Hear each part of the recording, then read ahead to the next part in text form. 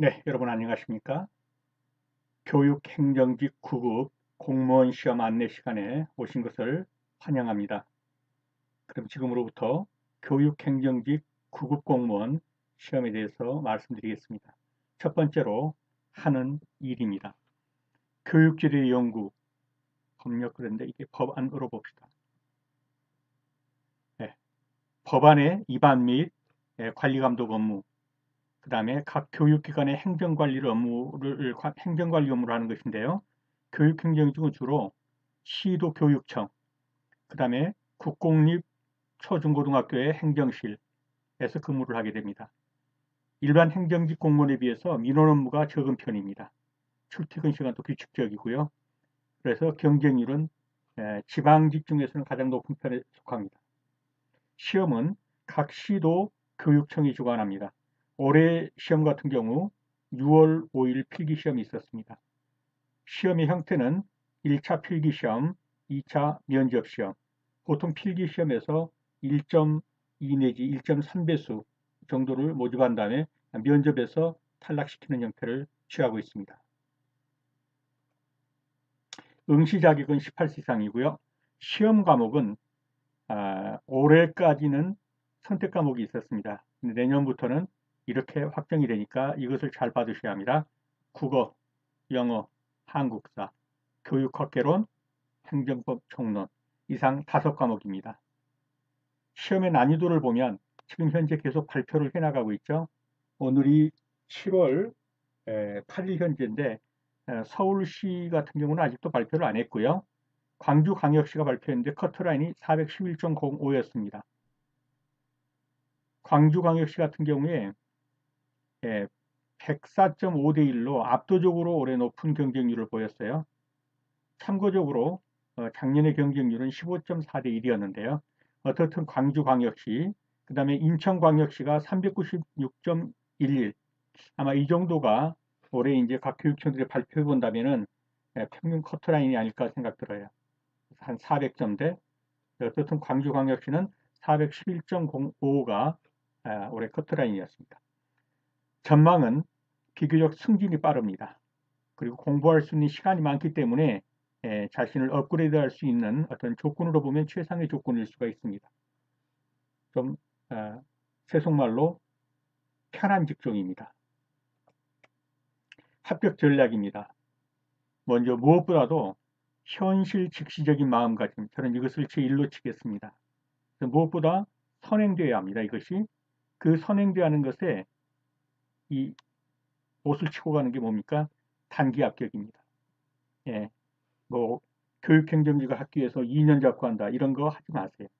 몇 개월 안에 합격할 수 있으면 하십시오.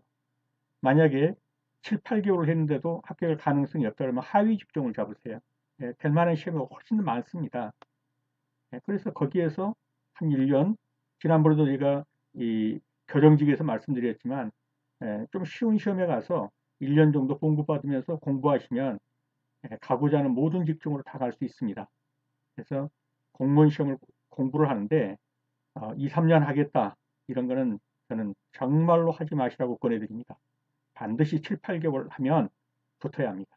그 정도로 잡고 실용주의, 실리적인 마음을 가지라. 이것이 첫 번째 현실을 직시하는 마음가짐으로 제가 꼽았습니다. 그러므로 이걸 하려면 먼저 뭘 해야 합니까? 기출문제를 먼저 풀어보셔야 돼요.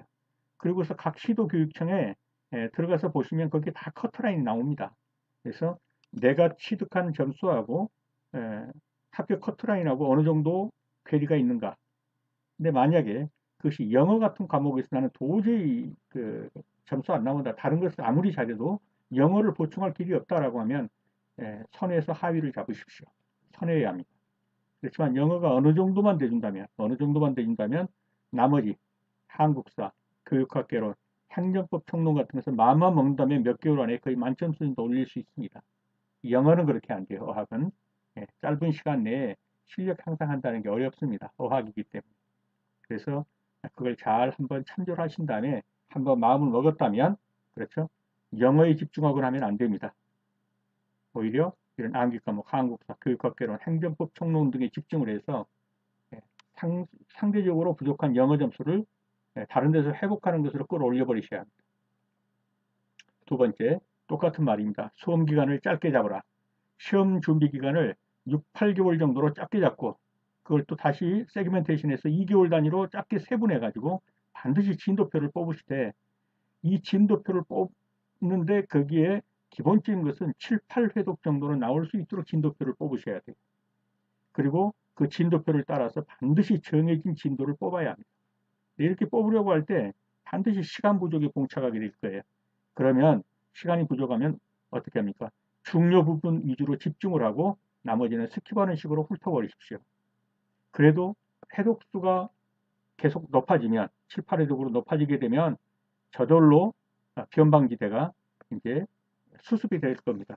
외워지게 되고 독소백분의 의작통이라고 뜻이 다 이해가 되고 알게 될 것입니다. 무엇보다 중요한 건 기출문제는 전부 풀어보셔라. 그리고 완전히 이해하셔라. 거기다 다른 직종의 기출문제 중에서도 동일 과목에 대해서는 수없이 풀어보십시오. 왜냐하면 기출문제가 돌고 도는 것이 90% 정도라고 보시면 됩니다. 그래서 교육행정직의 기출문제뿐만 아니라 다른 직종에서도 동일 과목들이 있을 겁니다. 그 동일 과목들의 기출문제를 이해하며 암기하며 다 풀어버리십시오. 그러면 좋은 성적으로 합격할 수 있을 것입니다. 네, 여러분을 응원합니다. 감사합니다.